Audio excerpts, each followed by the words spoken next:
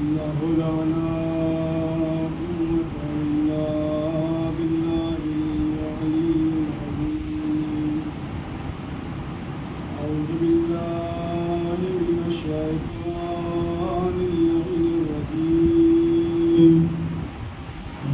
الله الرحمن الرحيم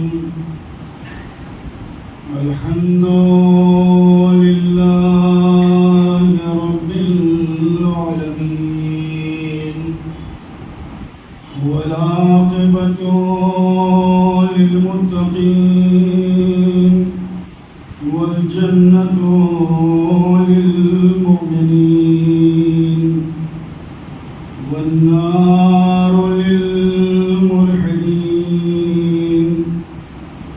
والصلاة والسلام على العبد المؤيد والرسول المسدد المصطفى الأمجد المحمود الأحمد مولانا أبي القاسم محمد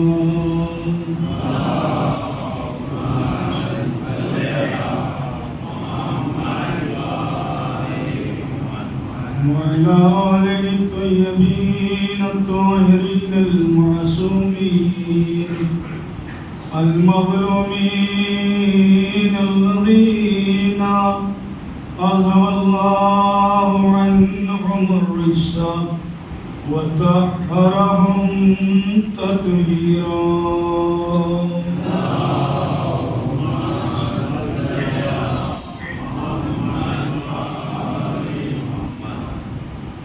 ولعنة الله على أعدائهم أجمعين من الآن إلى قيام يوم الدين أما بعد فقد قال الله تبارك وتعالى وقوله الحق بسم الله الرحمن الرحيم إنما المؤمنون الذين إذا ذكر الله وجلت قلوبهم وإذا تليت عليهم آياته زادتهم إيمانا وعلى ربهم يتوكلون الذين يقيمون الصلاة ومما رزقناهم ينفقون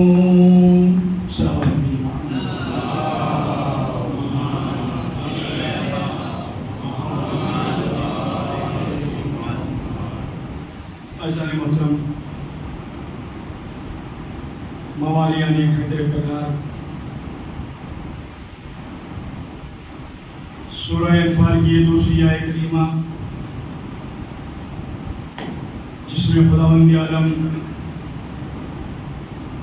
صاحبان ایمان کی صفت بیان کر رہا ہے کہ صاحبان ایمان کو کیسا ہونا چاہیے.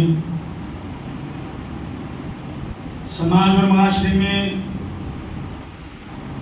ہم آپ کو مومن کہیں یہ اور بات ہے، مگر حقیقتاً مومن وہ ہے کہ جس کو قرآن اور اہل بیت اپنی نگاہوں میں مومن سمجھتے ہوں. صراحتاً اللہ نے صاحبان ایمان کی یہ 5 علامتیں بیان کی ہیں. انما المؤمنون الذين اذا ذكر الله وجلت قلوبهم، بس اور بس مومن وہ ہے کہ جب ان کے سامنے ذکر الہی ہوتا ہے تو ان کے دل خوف الہی سے، خشیت الہی سے کانپ جاتے ہیں. وَإِذَا تُلِيَتْ عَلَيْهِمْ آيَاتُهُ زَادَتْهُمْ إِيمَانًا، اور جب ان کے سامنے قرآن مجید کی تلاوت ہوتی ہے تو ان کے ایمان میں اضافہ ہوتا ہے.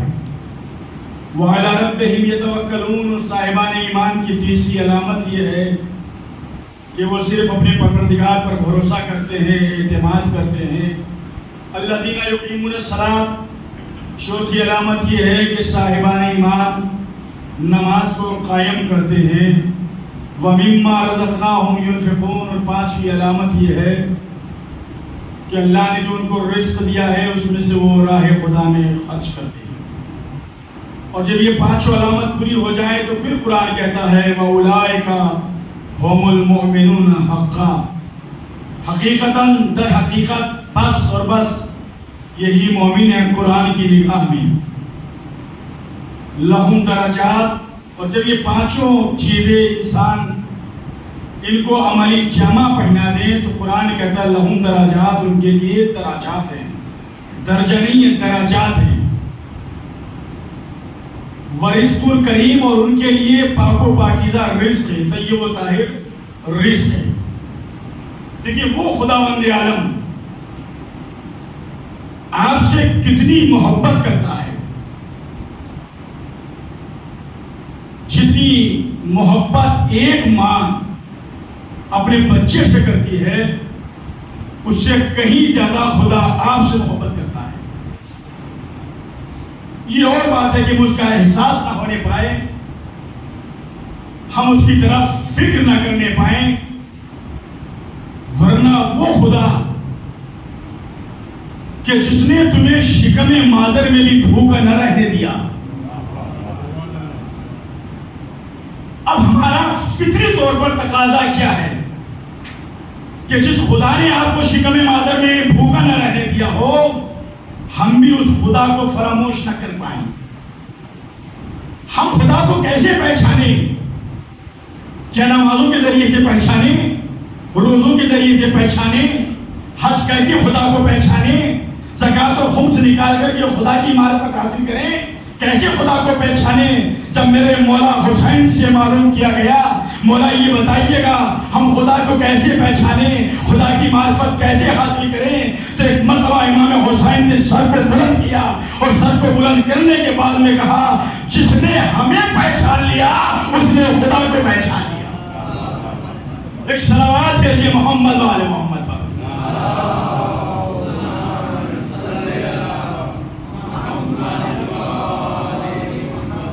دیکھیے آپ میرا ساتھ دیکھیے، میں تنہا مجلس نہیں پڑھ سکتا جب تک آپ نہ پڑھوائیں گے۔ اگر کہیں گے تو میں خاموشی کے ساتھ بھی مجلس پڑھنا جانتا ہوں اور مجلس میں نعرے بھی لگوانا جانتا ہوں۔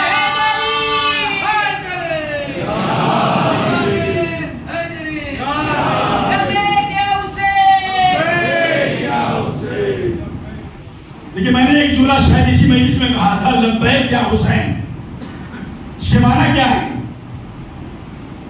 کہ ہم برجستہ اپنی زبان پہ لاتے لبیک یا حسین، اس کے معنی کیا ہے؟ یعنی ایمان کی صدا پر لبیک کہنا، ایمان کا جو مقصد تھا اس کو پورا کر کے لبیک کہنا۔ بڑی معذرت کے ساتھ ایک جملہ کہنا چاہتا ہوں، صرف اور صرف یہ نعرہ مجلس کا نہیں ہے، صرف اور صرف یہ نعرہ مجلس کا نہیں ہے لبیک یا حسین، نہیں، نماز پڑھو تو کہو لبیک یا حسین، روزہ رکھو تو کہو لبیک یا حسین، یتیموں کی مدد کرو تو کہو لبیک یا حسین، بزرگوں کا احترام کرو تو کہو لبیک یا حسین، مسجد میں آؤ تو کہو لبیک یا حسین، امام بارگاہ میں آؤ تو کہو لبیک یا حسین، مسجدیں بنواؤ تو کہو لبیک یا حسین، قرآن کی تلاوت کرو تو کہو لبیک یا حسین، مسجد میں آ کے اذان دو تو کہو لبیک یا حسین، اس لیے کہ حسین نے جس مقصد کے لیے قربانی دی ہے اگر اس مقصد کو پورا کر کے ہم نے لبیک یا حسین کہا تو حسین کی روح بھی خوش ہوگی، حسین کا جسم بھی خوش ہوگا۔ لبیک یا حسین، لبیک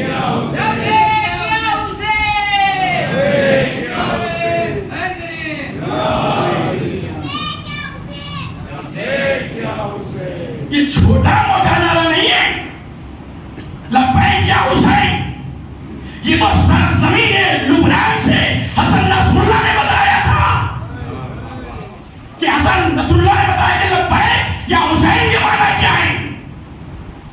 میرے عزیزو آج یاد رکھیے گا پوری دنیا کی طاقت اور قوت جو سب سے بڑی عزت تھی. ایک ہستی ہمارے درمیان سے چلی گئی اور ایک ہستی باقی ہے جس سے پوری دنیا کی طاقت سامراجیت طاقت ڈرتی تھی.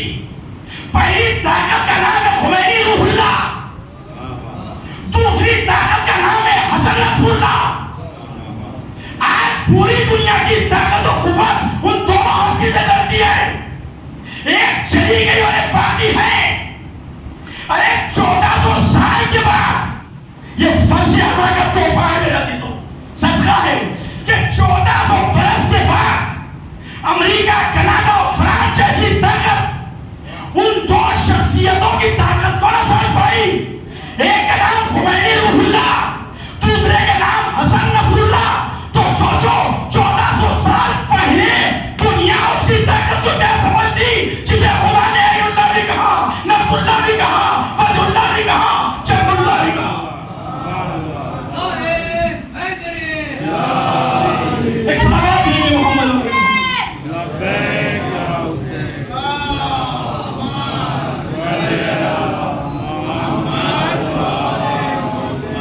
ہمارے درمیان 3 چیزیں ہیں میرے دل, مرجعیت, عزاداری, ولایت. اگر ان 3 چیزوں کو ہمارے درمیان سے نکال دیا جائے تو آپ کی شناخت مشکل ہو جائے گی, پہچان مشکل ہو جائے گی. یہ جو پوری دنیا میں آپ پہچانے جاتے ہیں کس کے ذریعے سے, ابھی بازار میں چوراہے پہ کہیں بھی جائیے گا لا الہ الا اللہ محمد رسول اللہ کے نعرے لگ رہے ہوں اور اسی بھیڑ میں آپ بھی ہوں تو آپ پہچانے نہیں جاؤ گے, مگر اسی بھیڑ میں آپ نے علی ولی اللہ کہا, سارے چہرے آپ کی طرف مڑ گئے کہ ان کا تعلق علی سے ہے, یہ ہے شیعہ. اتنی بھیڑ کے اندر یہ پہچانوایا کس نے, یہ کس نے آپ کو پہچانوا دیا, علی نے. اسی لیے میرے استاد محترم مولانا نعیم عباس صاحب جملہ کہتے ہیں اکثر اپنی مجلس میں کہ جتنا تذکرہ ہم اپنی مجلسوں میں علی کا کرتے چلے جائیں گے اتنا ہی ہم قوم میں بلند ہوتے چلے جائیں گے. ایک صلوات بھیج دے محمد والے محمد.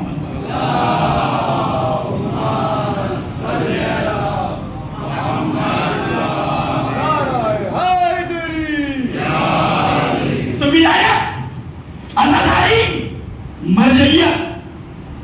میں چونکہ ہندوستان سے زیادہ باہر ملکوں میں رہتا ہوں, آج حملے ہوتے ہیں کبھی عزاداری پر حملہ, کبھی مرجعیت پر حملہ اور کبھی ولایت پر. عزاداری بھی ہماری جان ہے, ولایت بھی ہماری جان ہے. ولایت کتنی اہم ہے, معصوم نے فرمایا بنی الاسلام علی خمسہ, اسلام کی بنیاد 5 چیزوں پر رکھی گئی, الصلاۃ والصوم والحج والزکات وولایتنا علی ابن ابی طالب. 5 چیزوں پر اسلام کی بنیاد. بس پہلی چیز کا نام ہے نماز. میں یہاں پہ آیا یو پی سے 5 دن کے لیے مثلا, تو میں نماز پوری پڑھوں گا یا قصر. اگر 5 دن کے لیے میں یہاں پہ آؤں تو نماز پوری پڑھوں گا یا قصر. نماز قصر ہوگی. یعنی اللہ نے نماز میں چھوٹ دی کہ ظہر کی 4 نہیں 2 پڑھو, عشاء کی 4 نہیں 2 پڑھو, عصر کی 4 نہیں 2. ثابت. بیمار ہو گیا, رمضان مبارک آ گیا, اسلام نے کہا تم سے روزہ ساقط ہے, بیماروں کو روزہ واجب نہیں. صحت مند ہو جاؤ گے تو دوسرے ایام میں روزہ رکھ لیجیے گا. غریب ہو تو حج پہ مت جانا, اور یہ بھی نہیں کہ قرضہ لے کے جاؤ. مخروض پہ حج نہیں ہے, اتنا ہونا چاہیے کہ اپنے اہل و عیال کو خرچ دے کے جاؤ, آنے جانے کے بھی خرچ برداشت کر سکو. زکات نصاب مکمل ہو تو دو, نصاب نہیں ہے تو زکات واجب نہیں ہے. تو 4 چیزوں میں اسلام نے چھوٹ دی کہ نہیں.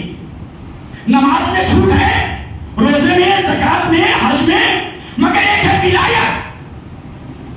معصوم نے کہا غریب ہے تو ولایت واجب ہے, مالدار ہے تو اب ولایت کی قدر سمجھیے گا. شاید مجھ کو پہچان بھی نہیں پاتے مگر میں نے جو کتاب میں پڑھا ہے جب ولایت پیش کی گئی تو یہ جو ہم انگوٹھی پہنتے ہیں جس کا نام عقیق پتھر ہے سب سے پہلے اس نے ولایت کو قبول کیا. پتھر نے عقیق نے تو اس کا کام کیا ہے؟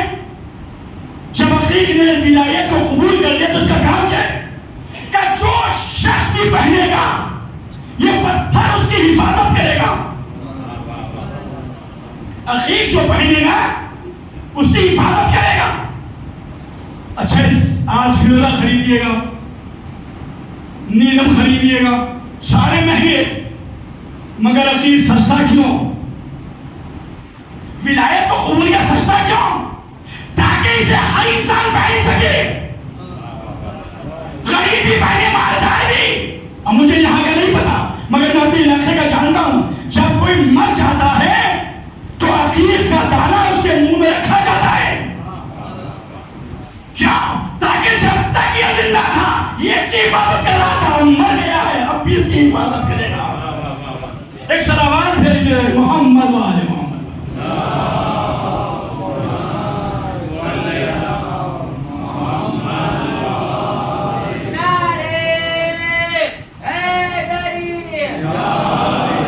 دوسری چیز جس کا نام ہے مرجعیت. آج ہمارے نوجوانوں کو ذہنوں کو بدلایا جاتا ہے. اگر عزاداری سے مرجعیت کا پیغام نہ پہنچے گا تو کہاں سے پہنچے گا؟ دوسروں کے یہاں بھی مفتی پائے جاتے ہیں, ہمارے یہاں بھی مفتی ہیں مگر ان کی طاقت اور قوت کا اندازہ لگائیے گا. آج آپ عراق جائیے گا ملاقات ہونا مشکل ہو جاتی ہے. یہ نائب امام ہے. 2007 کے بعد میں آپ کو بتاتا ہوں میں اس وقت سیریا میں تھا. 2007 میں جب پاکستان کے اندر لال مسجد پر حملہ ہوا تو صبح کے 8:00 پر مولانا عبدالرشید نے جہاد کا فتویٰ دیا. کل نکلو جہاد واجب ہے, گھروں سے نکل جاؤ. اور اسی دن شام کو 4:10 پر عورت کے لباس میں بھاگتے ہوئے نظر آئے. اب آپ نے اندازہ لگایا یہ تھے مفتی جنہوں نے فتویٰ دیا صبح کو اور شام کو گئے. مگر ایک مفتی ہمارے یہاں بھی تھا کہ جس نے کچھ سال پہلے فتویٰ دیا کہ سلمان رشدی واجب القتل ہے. سلمان رشدی واجب القتل ہے. مفتی مر گیا مگر فتویٰ آج بھی زندہ ہے. اب آپ نے پہچانا ان کی فتوے میں طاقت کیوں نہ ہوئی, تمہارے مفتی کی فتوے میں طاقت کہاں سے آئی؟ ہمیں نہیں پتا کہ ان کے فکر کا رشتہ کہاں سے ملتا ہے مگر ہم اتنا جانتے ہیں ہمارے مراجع کرام کی فکر کا رشتہ تیرے اہل بیت سے ملتا ہے. اور دنیا کو بتاتے ہیں کہ جب نائب امام کی یہ طاقت ہے تو آج جو پردے میں بیٹھا ہے اس کی طاقت کا کیا ہوگا؟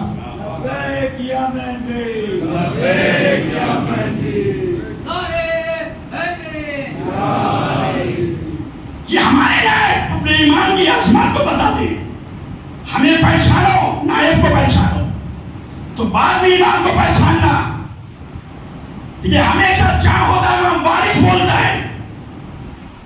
جب امام آئیں گے تو خانہ کعبہ کی دیوار سے ٹیک لگا کے کھڑے ہو جائیں گے اور جب کھڑے ہوں گے تو خطبہ دیں گے. علام من عہد به آدم فانا اولا به وفا. جس سے بھی آدم نے کوئی وعدہ کیا میں اسے پورا کروں گا.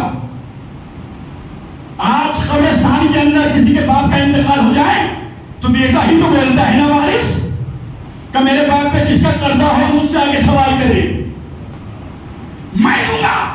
امام خانہ کعبہ کی دیوار سے ٹیک لگا کے کھڑے ہوں گے اور کہیں گے جس سے آدم نے کوئی وعدہ کیا میں اسے پورا کروں گا.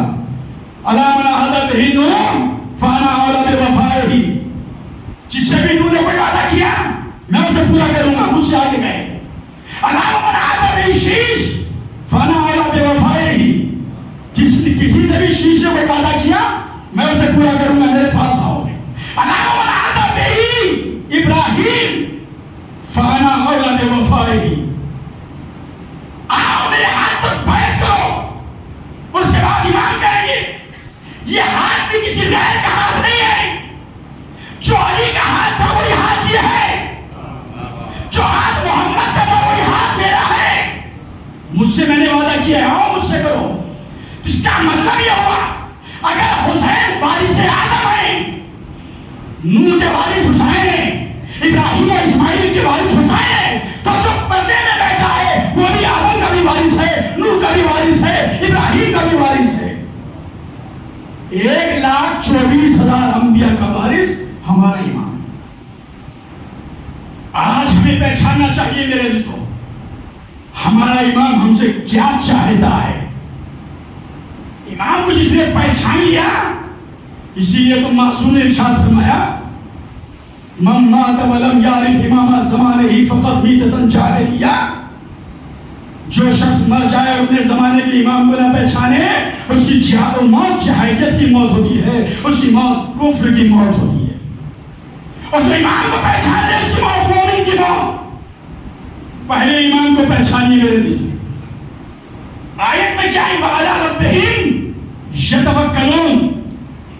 مومن وہ ہوتا ہے کہ جس کا اعتماد اور بھروسہ صرف اور صرف اپنے پروردگار پر ہوتا ہے۔ مولا کائنات ایک جنگ میں آئے لڑنے کے لیے، سامنے دشمن ہے، دشمن مولا سے کہتا ہے تلوار چلاؤ۔ مولا نے پلٹ کے کہا میرا اسلام اس کی اجازت نہیں دیتا کہ میں پہل کروں۔ مولا کی جنگ کا اصول یہ تھا کہ پہلے دشمن وار کرے، علی بعد میں حملہ کرے۔ اس نے اصرار کیا کہ آپ تلوار چلائیں۔ مولا نے کہا میرا اسلام اجازت نہیں دیتا، تم تلوار چلاؤ۔ اصرار بڑھا تو اس کی تلوار چلی۔ مولا نے سپر کو زمین پہ رکھا، تلوار چلنا چاہتی تھی تو اس کی تلوار سے چلی اور امام کی تلوار سے ٹکرائی تو دو حصوں میں ٹوٹ کے منقسم ہو گئی۔ اس کی تلوار ٹوٹ گئی۔ اب دیکھیں دشمن تھا، بہادر تھا، جیسی تلوار ٹوٹی فوراً میدان جہاد میں کہتا ارے مولا میں نے آپ کی سخاوت کا بڑا چرچا سنا تھا۔ علی نے کہا صرف سنا ہی تھا یا دیکھا بھی ہے؟ کہا مولا سنا تھا، کہا تو آج میں دکھانا بھی چاہتا ہوں۔ سوال میں کیا کرنا چاہتا ہے؟ کہا مولا جو آپ کے ہاتھ میں ذوالفقار ہے، تلوار ہے، وہ مجھے دے دے۔ اب دیکھیے توکل اللہ، اللہ پر اعتماد، اللہ پر بھروسہ۔ کوئی دشمن دے سکتا ہے اپنی تلوار؟ اپنا آسرا دشمن کو ایسے موقع میں دے سکتا ہے؟ مگر علی نے جملہ کہا کہ آنے والے خدا کی قسم اگر آج تو زندگی کا سوال کرتا، اگر زندگی کا سوال کرتا تو تجھے محاذ جنگ پر زندگی دے دیتا۔ کہا مولا بس مجھے تلوار دے دو۔ تلوار لے لی، مولا نے سپر زمین پر رکھ دی جس سے حملہ روکا جاتا ہے، سپر اسے کہا جاتا ہے، اسے زمین پر رکھ دیا۔ اب یہ خوش ہو گیا، اور ہونا بھی چاہیے تھا، ذوالفقار جیسی تلوار اور اس کے ہاتھ میں آ گئی۔ ہاتھ میں خوش ہو گیا، کہا مولا میں تلوار چلاؤں گا آپ کا خاتمہ ہو جائے گا۔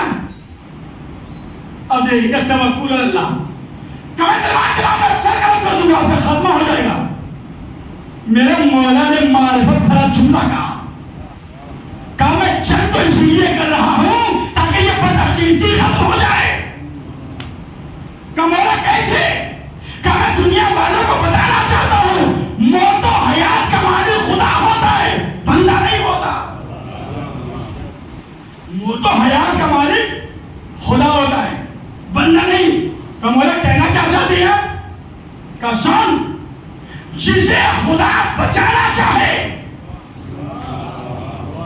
جسے خدا بچانا چاہے اسے کوئی مار نہیں سکتا، اور جسے وہ مارنا چاہے اسے کوئی بچا نہیں سکتا۔ اب وہ تلوار چلانا چاہتا، کبھی دائیں بڑھا، بائیں بڑھا، آگے پیچھے، تلوار بھی نہیں اٹھ پاتی۔ کہ مولا نہ میرے ہاتھ میرے اختیار میں ہیں نہ میرے قدم میرے اختیار میں، یہ تلوار نہیں چل پا رہی ہے. جملہ سنیے گا، یہ تلوار اٹھ بھی نہیں پا رہی ہے. میرے مولا نے کہا سن، جب یہ تلوار ایک مومن پہ نہیں چل سکتی تو امیر المومنین پہ کیسے چل جائے گی؟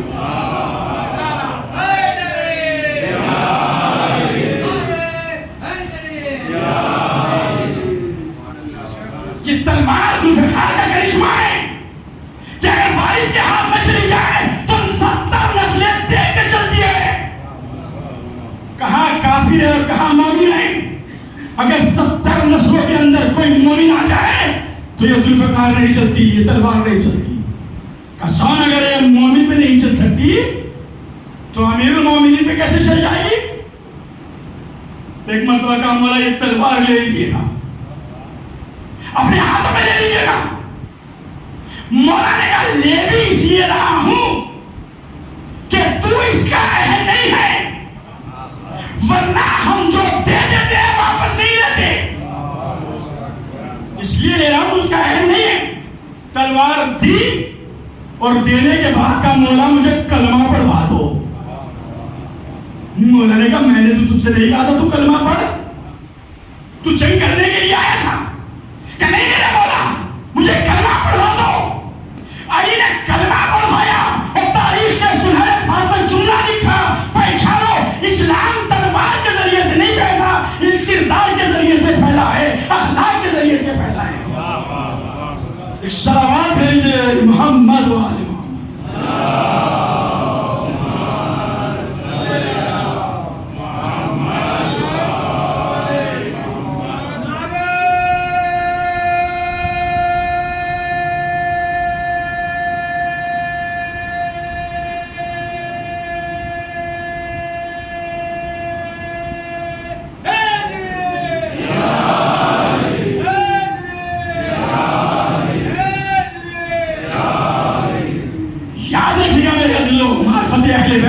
معرفت ایمان کو پہچانیے گا. معتزلی علیہ الرحمہ کے پاس 17 افراد کی لسٹ بنا کے کچھ لوگ لائے اور آ کر کے کہا یہ بتائیے گا علی افضل ہے یہ 17 افضل ہے. انہوں نے کہا ایسے سوال مجھ سے نہ کرو. قرآن کی آیت پڑھی سورہ مائدہ کی، یا ایھا الذین آمنوا لا تسألوا ان تبد لکم تسؤ لکم.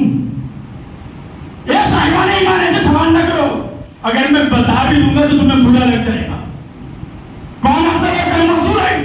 کہ نہیں بتائیے گا یہ 17 افضل ہیں یا علی افضل؟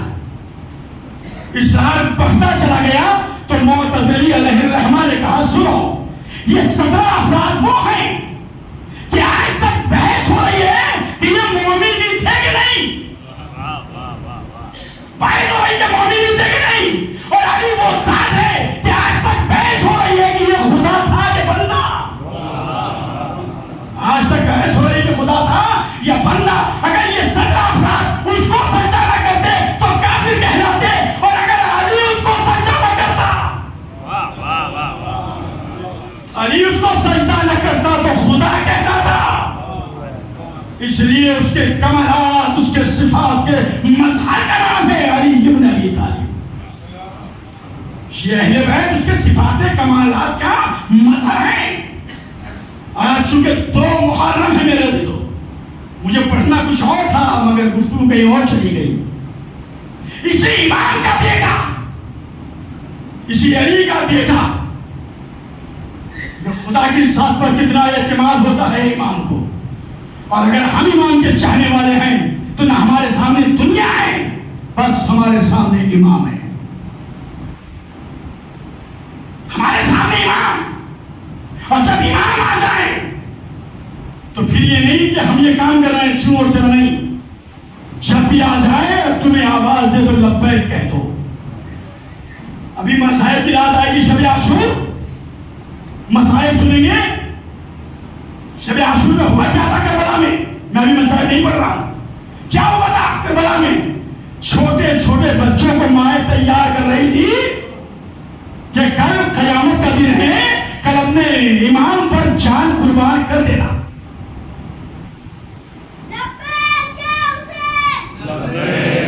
زندہ باد بیٹے زندہ باد. تیار کر رہی تھی، بیٹا کل اپنے ایمان پہ جان قربان کر دینا. تو کیا ایک ہی شب عاشور تھی جو چلی گئی؟ اگر صحیح معنی میں تم عزادار ہو تو ہر رات کو شب عاشور سمجھو، چونکہ ایک امام ابھی پردے میں ہے، نہ جانے کب آ جائے جب تمہارے بچوں کی ضرورت پڑ جائے. تو یہ سوچ کے تربیت کرو، پرورش کرو کہ ان بچوں کو ایمان پہ قربان کرنا ہے. اب آپ سمجھے میرے عزیزو، اسی امام کا بیٹا دربار میں بلایا گیا. کیوں بلایا گیا؟ حاکم شام کا انتقال ہوا، یزید کی طرف سے خط چلا، ولید کے پاس پہنچا جو گورنر تھا مدینے کا، کہا حسین کو بلاؤ دربار میں. کس لیے؟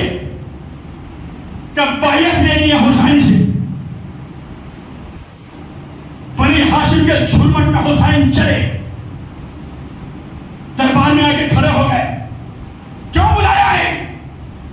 کہ تمہیں نہیں پتا کہ شام کا انتقال ہو گیا؟ کہ انا للہ. یہ بتاؤ بلایا کیوں ہے؟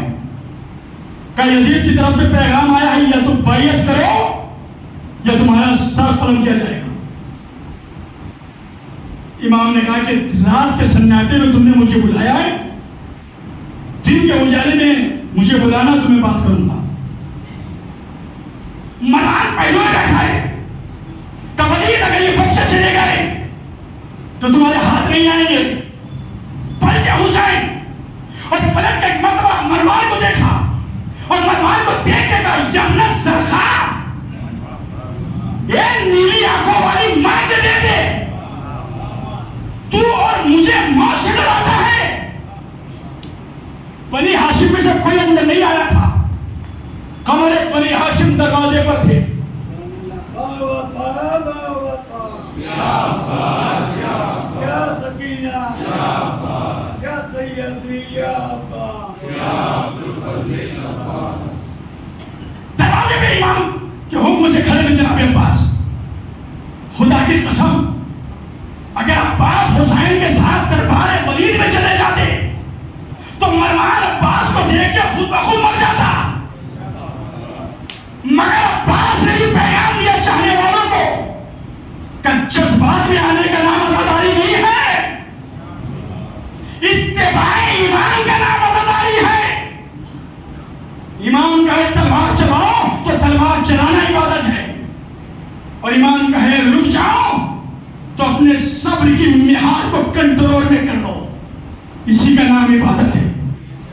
امام دروازے پہ کھڑا کر دیا، بنی ہاشم کھڑے ہیں کہ جب تک میری آواز نہ آئے خاموش رہنا. امام نے آواز بلند کی، یمنت زرخا، اے نیلی آنکھوں والی ماں کے بیٹے، اتحدثنی بالموت، تو اور مجھے موت سے ڈراتا ہے. ٹھیک ہے، حسین نے یہ نہیں کہا تم یہاں، کہ تو اور مجھے موت سے ڈراتا ہے. مجھے نہیں پہچانتا میں کون ہوں. بس جیسے یہ کہا تو حسین نے ایک جملہ کہا، اِنَّا مِثْلِ لَا يُبَاعُ مِثْلُهُ.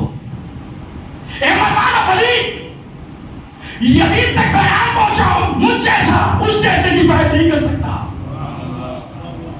ارے خدا کی قسم، حسین کی نہیں کو پہچانو، میری ساری باتیں بھول جائیے گا. مگر حسین کے جملے کی معرفت کیا تھی؟ یزید تنہا حسین ہی سے تو بیعت کا مطالبہ کر رہا تھا. جناب عباس سے تو نہیں کہا تھا تم بیعت کرو، جناب علی سے تو نہیں کہا تم بیعت کرو. یہ جو کربلا میں ان کی حد تک سمٹ کیا ہے، کس سے کہا تھا تم میری بیعت کرو؟ مگر یہ حسین کی نہیں تھی جو چاروں طرف پھیل گئی. حسین کی نہیں تھی، سب کا اتباعی امام تھا. اور حسین کا اِنَّا مِثْلِ لَا يُبَاعُ مِثْلُهُ، مجھ جیسا اس جیسے کی بیعت نہیں کر سکتا. یہ نہیں کہا حسین نے کہ میں اور یزید کی بیعت نہیں کر سکتا، کہ مجھ جیسا اس جیسے کی بیعت نہیں کر سکتا. آج بڑے بڑے اور استاد وزراء کہتے ہیں آخر ایران کے اندر وہ کیا طاقت ہے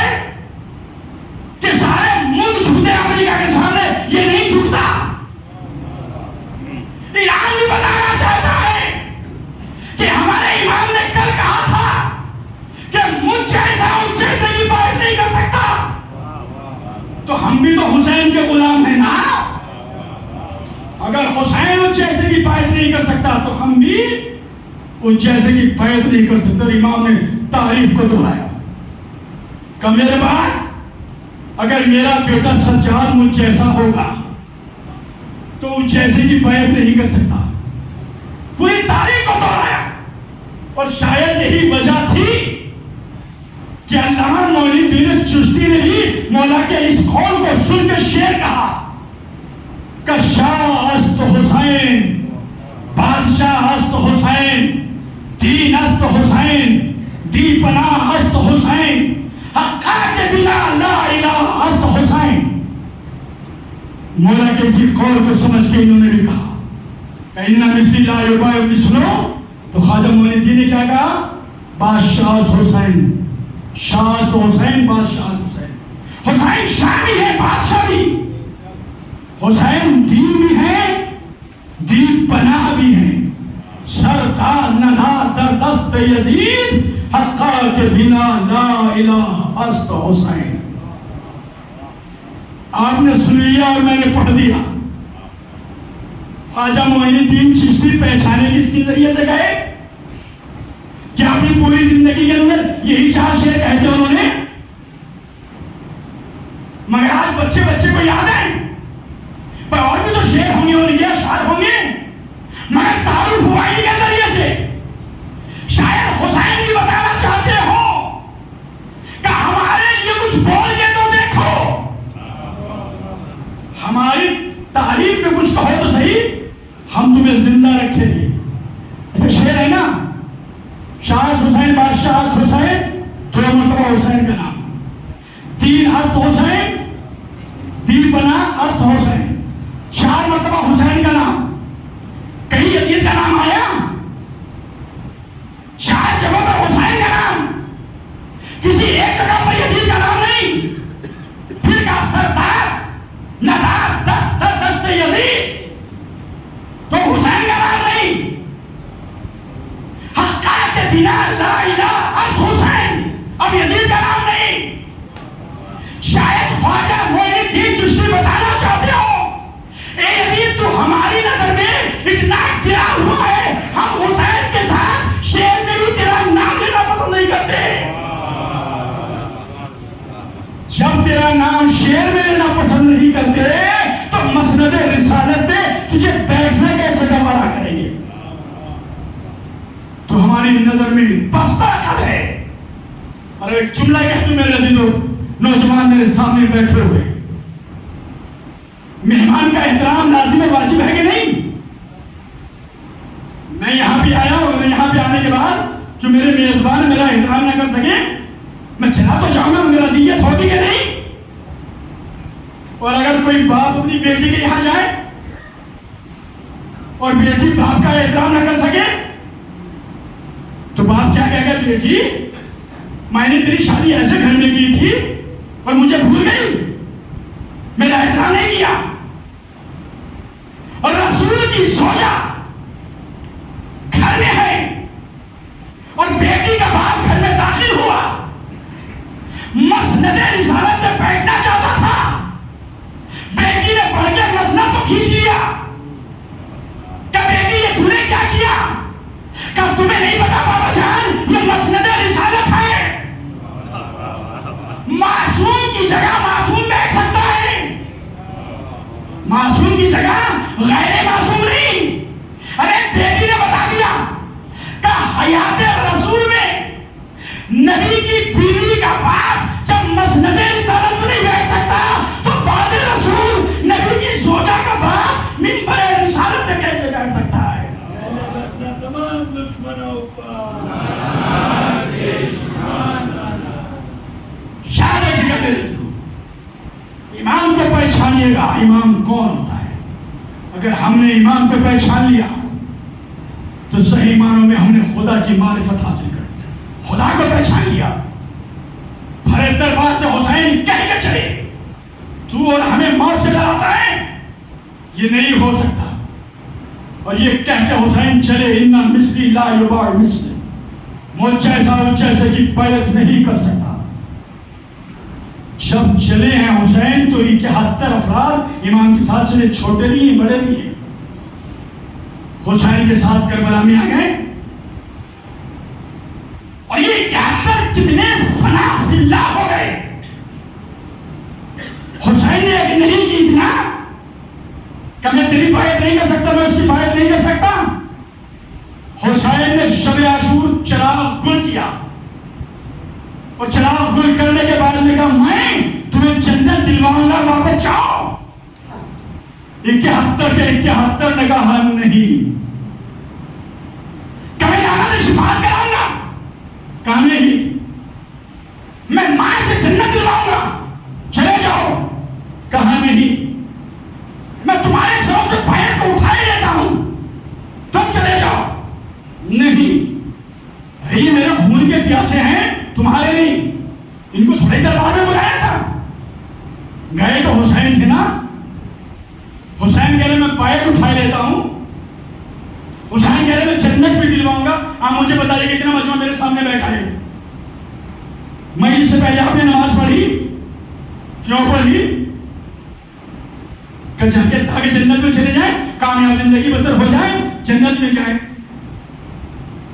اور امام کیا کہہ رہے ہیں؟ میں تمہیں جنت دلواؤں گا، چلے جاؤ. آج آپ اگر عراق جائیں زیارت کے لیے اور آیت اللہ سیستانی صاحب آپ سے کہیں زیارت مبارک ہو، میں گواہی دیتا ہوں آپ جنت میں جاؤ گے، تو پورے راستے مسکراہٹ نہیں جائے گی آپ ہی. ارے نائب امام انہوں نے مجھ سے کہا کہ میں جنت دلواؤں گا، میں جنت کا ضامن ہوں.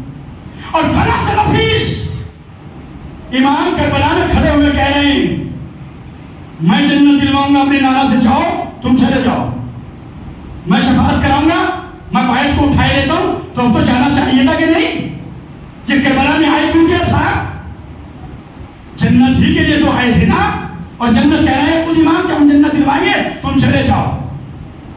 ان کا نہ جانا اور امام کا کہنا اس کا مطلب یہ ہے کہ اصحاب کربلا کی نگاہ میں کوئی اور مقام تھا جو جنت سے بھی بلند تھا. اصحاب حسین جانتے تھے جنت میں جانا کمال نہیں ہے، امام کی معیت، امام کے ساتھ رہنا کمال ہے. ہمیں وہ جگہ چاہیے جہاں امام ہو. یہ میرے مولا اگر 70 مرتبہ قینچی سے ہمارے ٹکڑے ٹکڑے کر دیے جائیں تب بھی فاطمہ تیرے خدائے کے قدموں کو چھوڑ کے ہم نہیں جا سکتے. 70 مرتبہ قینچیوں سے ٹکڑے کیا جائے بدن، سنت رکھے 70 مرتبہ حیات ملے اور 70 مرتبہ ٹکڑے کر دیے جائیں تب بھی حسین تیرے قدموں کو چھوڑ کے ہم نہیں جائیں گے. کیا مرتبہ تھا میرے عزیزو. اور میں نے تاریخ میں پڑھا کہ حسین جنت دلوا رہے، نانا سے شفاعت کروا رہے، فاطمہ ذرا سلام اللہ علیہ سے نجات دلوا رہے، اور پھر بھی یہ جانے کے لیے تیار نہیں ہے. جانا تو جنت ہی میں ہے نا. اب میں مثال کے طور پر عباس بھائی کے مکان میں رکا ہوا ہوں. شاہد مولانا صاحب جو ہیں وہ میرے بھائی ہیں، وہ بھی میرے ساتھ میں رکے ہوئے ہیں، مگر ان کا کمرہ الگ ہے، میرا کمرہ الگ. اب اگر کوئی کانفرنس ہو بہت بڑی اور بلڈنگ ایک ہو تو اس میں علماء کا انتظام الگ ہوگا، جو اس سے بلند ہوں گے ان کا انتظام الگ ہوگا، جو ٹیچر ہوں گے ان کا انتظام الگ ہوگا. بلڈنگ ایک ہے مگر جگہ الگ الگ ہے. اس لیے جنت ایک ہے مگر مقام الگ الگ ہے. اصحاب حسین جانتے تھے کہ جنت تو بغیر قتل ہوئے مل جائے گی، مگر جو جگہ ہمیں چاہیے وہ شہید ہوئے بغیر نہیں مل سکتی. اس لیے کوئی جانے کے لیے تیار نہیں تھا. میرے عزیزو کربلا، میری ساری مجلس بھول جائیے میرے عزیزو، میں پیغام دینے کا عادی ہوں. اس لیے کہ میرے سر پہ امامہ رکھا ہے، میں نے مال امام کھایا ہے مدرسے میں تاکہ اس کا حق ادا ہو جائے. کربلا اتحاد کا پیغام دیتی ہے. میں اسی کو سمجھتا ہوں کہ میرے ایک مرد مومن بھی خوش ہو جائے میری مجلس سے، میری تقریر سے، تو میں سمجھتا ہوں میری دنیا بھی کامیاب ہے، میری آخرت بھی کامیاب ہے. کربلا اتحاد کا پیغام دیتی ہے. منتشر نہ ہو جاؤ، دشمن تمہاری تاک میں لگا ہے. اپنے آپ میں اتحاد پیدا کر لو میرے عزیزو. معلوم ہے کہ اتحاد اور اختلاف میں کیا فرق ہے؟ ابھی آپ بازار جائیے گا مجلس کے بعد، انگور کے یا کیلے کا گچھا رکھا ہو اور آپ کہیں کتنے روپے درجن کا 100 روپے درجن، اور اسی کی برابر میں کیلے یا انگور الگ الگ رکھے ہو، جدا جدا ہو، کہیں کتنے روپے کلو، کہیں 50 روپے کلو، کیا ان کا ذائقہ بدل گیا؟ کیا بدلائیں گا؟ ہے تو یہ بھی کیلے، ہے یہ بھی انگور، مگر جب تک یہ متحد تھے تو ان کی قیمت پوری تھی. جب یہ جدا جدا ہوئے تو قیمت آدھی ہو گئی. میرے عزیزو، جب تک تم فرش ابا پر متحد ہو گے تو قیمت پوری ہوگی، اور جس دن تم جدا ہو گئے، تمہارے اندر اختلاف پیدا ہو گیا، سمجھو تمہاری قیمت آدھی ہو جائے گی. اسی لیے میرے عزیزو، تمہاری فکروں کو ایک ہونا چاہیے. کربلا میں دوسری طرف لاکھوں ہے نا، کم سے کم کی تاریخ 30,000 ہے، ورنہ لاکھوں کی تاریخ بھی ملتی ہے، لاکھوں تک ہے، مگر وہاں سب کی فکریں الگ، سب کے عقیدے الگ. مگر ادھر کربلا میں حسین کے ساتھ 72 ہیں. جو حسین کی فکر ہے وہی علی اصغر کی بھی فکر ہے، جو حسین کی فکر ہے وہی قاسم کی بھی فکر ہے. سب کا عقیدہ ہے، سب کی فکر ہے. اور جہاں فکر اور عقیدے ایک ہو جائیں تو دشمن لاکھ چاہے کہ انہیں نیست نابود کر دیا جائے، خدا کی قسم پھر لاکھ طاقتیں چاہیں تمہیں کوئی نیست و نابود نہیں کر سکتا. بنی عباس و بنی امیہ کی طاقتیں مل گئی، ختم ہو گئی. دنیا یہ چاہ رہی ہے کہ یہ باقی کیسے ہے شیعہ حیدر کرار، یہ عددات جو پوری دنیا میں پھیلی ہوئی ہیں، ان کے وجود باقی کیوں ہیں؟ انہیں نہیں پتا میرے عزیزوں، شیعوں کا وجود کسی ماں کی دعاؤں کا ذریعہ ہے، کسی معصومہ کی دعاؤں کا ذریعہ. اور یہی تو کہا تھا نا فاطمہ نے جب مسلسل رسول اللہ کہتے تھے بیٹا حسین تو 3 دن تک کربلا میں بھوکا پیاسا مارا جائے گا.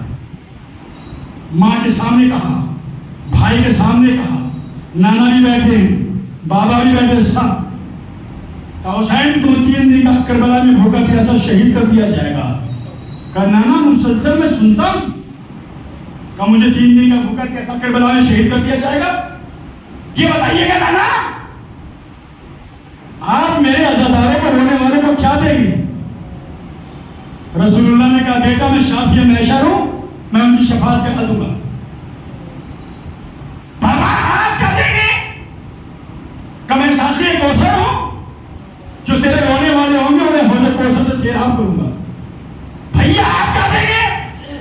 کہ میں جنت کا مالک ہوں، میں جنت دے دوں گا.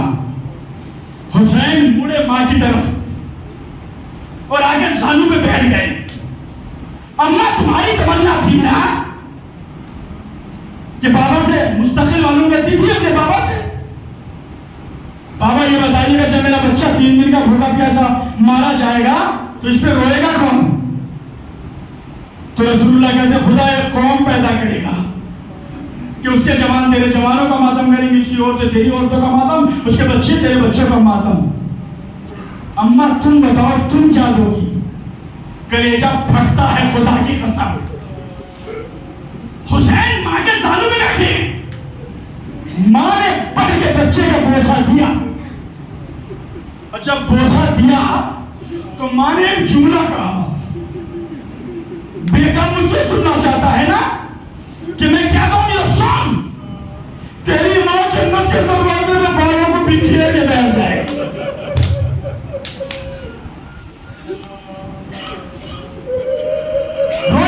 آج 2 محرم ہے نا، خدا آپ کو کوئی غم نہ دے سوائے غم کربلا کے. بیٹا میں جنت کے دروازے میں بالوں کو بکھیر کے بیٹھ جاؤں گی، اور جب تک ایک عددار جنت میں نہ جائے گا تیری ماں وعدہ کرتی ہے میں جنت میں نہ جاؤں گی. خدا تمہاری بیٹیوں کو سلامت رکھے. آپ کے گھر میں بیٹیاں ہوں گی نا, میرے بھی بیٹیاں ہیں. بیٹا ماں سے محبت کرتا ہے, بیٹی باپ سے. میں اکثر سفر پہ رہتا ہوں, باہر ملکوں میں جاتا ہوں. آپ مجلس کے بعد جائزہ لیجیے گا, اپنے بچوں میں جائیے گا بیٹیوں کے پاس. جب کبھی آپ جانے لگے پردیس میں اور 4 یا 5 برس کی بچی ہوئے آپ کے پاس آئے تو آپ سے آگے کہے گی بابا مجھے بھی ساتھ لے کے چلو. بابا میں آپ کے بغیر زندہ نہیں رہ سکتی, بابا مجھے ساتھ لے کے چلو. اگر فرد محبت میں آپ ساتھ لے کے چلے گئے اور ایک بچی کو چھوڑ دیا تو جیسے آپ نے چھوڑا ہے نا روتا ہوا, جب تک پردیس میں رہیں گے بیٹی کا روتا ہوا چہرہ سامنے گردش کرتا رہے گا. حسین کے 2 بیٹیاں, ایک سہرا اور ایک سکینہ. سکینہ قید شام میں کہتی تھی بھیا ہم اپنے وطن کب جائیں گے,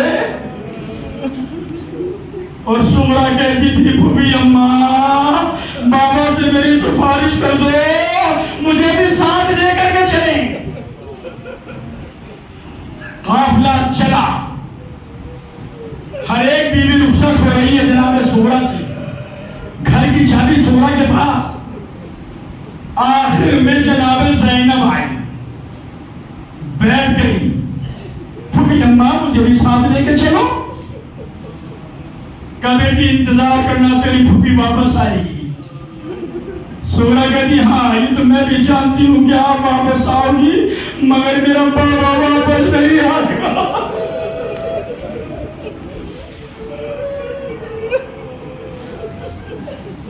میرا بابا واپس نہیں آئے گا. سکینہ حکمت سہرا کے پاس زینب بیٹھ گئی. بی بی بچی یہ بتا یہ تجھے کیسے معلوم ہو گیا کہ تیرا بابا واپس نہیں آئے گا؟ پھوپھی اماں سننا چاہتی ہو تو سنو. میں چونکہ بیمار ہوں نا, رات کا جب سناٹا ہوتا تھا تو تم سب سوئے جاتے تھے مگر رات کے سناٹے میں کوئی بیوی آتی تھی. آگے کہتی تھی ہائے میرا حسین, ہائے میرا حسین. میں کہتی بیوی تو کون ہے؟ کہ سہرا نے پہچانا میں تیری دادی فاطمہ. سہرا تو یتیم ہونے والی ہے. سنیے گا میرے عزیزو, خدا تمہاری بچیوں کو سلامت رکھیے. قافلہ چلنے لگا تو سہرا نے زینب سے کہا پھوپھی اماں بابا سے سفارش کر دیجئے گا مجھے بھی ساتھ لے کے چلے. سہرا کا ہاتھ پکڑا, حسین کے قریب جانے لگی تو حسین کرسی سے کھڑے ہو گئے. کہا بہن سہرا کی سفارش نہ کرنا. کہا بھیا بتا تو صحیح تم سہرا کو تو نہیں لے کے جا رہے ہو؟ سکینہ جا رہی ہے, علی اصغر جا رہا ہے, سہرا کو تو نہیں لے جا رہے ہو؟ کہا بہن سننا چاہتی ہو تو بیٹھ جاؤ. بیٹھ گئی بہن. کہا بہن سنو یہ سہرا میری ماں کی شبیہ ہے. تمہیں تو معلوم ہے نا کہ ان عورتوں کو شانہ کوفہ پھرایا جائے گا, ننگے سر پھرایا جائے گا. بہن میں نہیں چاہتا میری ماں کی شبیہ بازاروں میں پھرائی جائے. عزاداروں مجھ سے کہا گیا ہے اصحاب حسین پر کچھ مصائب کر دیجیے گا. کربلا کے میدان میں جب حسین آخری نماز پڑھ رہے تھے تو سعید کو اپنے قریب بلایا اور بلانے کے بعد نے کہا سعید میں نماز پڑھنا چاہتا ہوں تم میری حفاظت کے لیے کھڑے ہو جاؤ. حسین نماز پڑھ رہے ہیں, سعید کھڑے ہو گئے. تیروں کی بارش ہوئی, سعید نے اپنے سینے پہ روک لی اور جب نماز ختم ہو گئی سعید نے کہا مولا کیا مجھ سے راضی ہو گئے؟ تو حسین نے کہا سعید خدا تمہیں نماز گزاروں میں شامل کرے۔ تیروں کی بوچھار میں سعید زخمی ہو گئے اور دھاگ نہ لا سکے تو زمین کربلا پہ گر گئے۔ کیا مرتبہ تھا اصحاب حسین کا۔ حسین قریب پہنچنے کے بعد سعید کے سر کو اٹھایا اور اپنے زانوں پہ رکھا۔ سعید کرمچے بدل رہے ہیں، کبھی دایاں پہلو کبھی بایاں پہلو۔ حسین نے کہا سعید کیا بات ہے؟ کہا مولا مجھے ایسا محسوس ہوتا ہے جیسے کوئی میرا دایاں بازو دبا رہا ہو۔ حسین کہتے ہیں سعید تجھے مبارک ہو، ارے جنت سے میرا بابا آ گیا۔ سعید نے پھر کروٹ لی، کہا کیا ہوا؟ کہا مولا ایسا محسوس ہوتا ہے جیسے میرا کوئی بایاں بازو دباتا ہے۔ کہا سعید مبارک ہو، ارے جنت سے میرا نانا آ گیا۔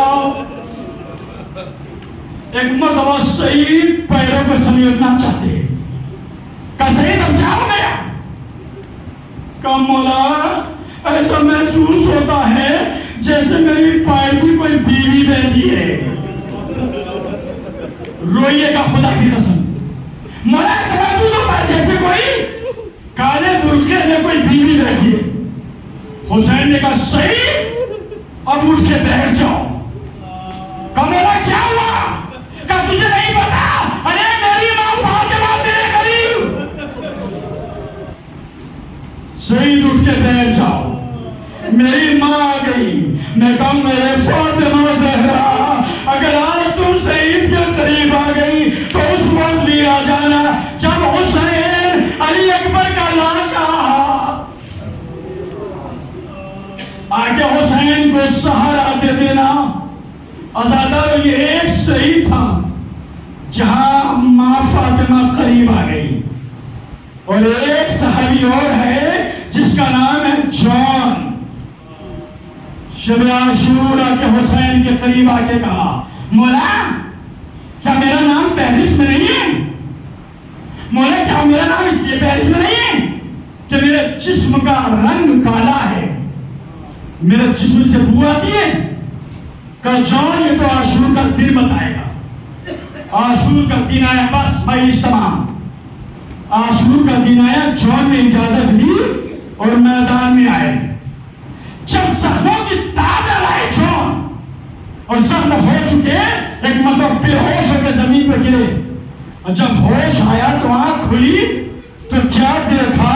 رخسار پہ رخسار رکھے حسین فریاد کر رہے ہیں، اے جان جان تیرے قریب حسین آ گیا۔ اور ایک جملہ کا جان تجھے مبارک ہو، ارے میری ماں فاطمہ تیرا شکریہ ادا کر رہی ہے۔ جان طلب گئے، ہائے میں غلام اور میری تعظیم کے لیے رسول کی بیٹی آ گئی، فریاد کر رہی تھی اے جان تیرا شکریہ، تو نے میرے لال پہ جان قربان کر دی۔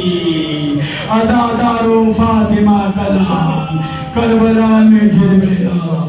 انا للہ و انا الیہ راجعون۔ رزق بقضائہ و تسلیم بامرہ۔ بار الہ ان آوازوں پہ رحمت نازل فرما۔ بار الہ تیرے مظلوم کے عزادار ہیں، انہیں کوئی غم نہ دے سوائے غم کربلا کے۔ بار الہ جان جانشیان حیدر کرار ان کی جان مال عزت و آبرو کی حفاظت فرما۔ میرے معبود جو تو ہمیں درمیان سے عزادار جا چکے ہیں ان کی مغفرت فرما۔ بانی مجلس کی تمام دلی حاجات کو پورا فرما۔ میرے معبود یہ تیرے حسین کے عزادار ہیں، اس وقت تک دنیا سے نہ اٹھانا جب تک اپنے امام کا دیدار نہ کر لے۔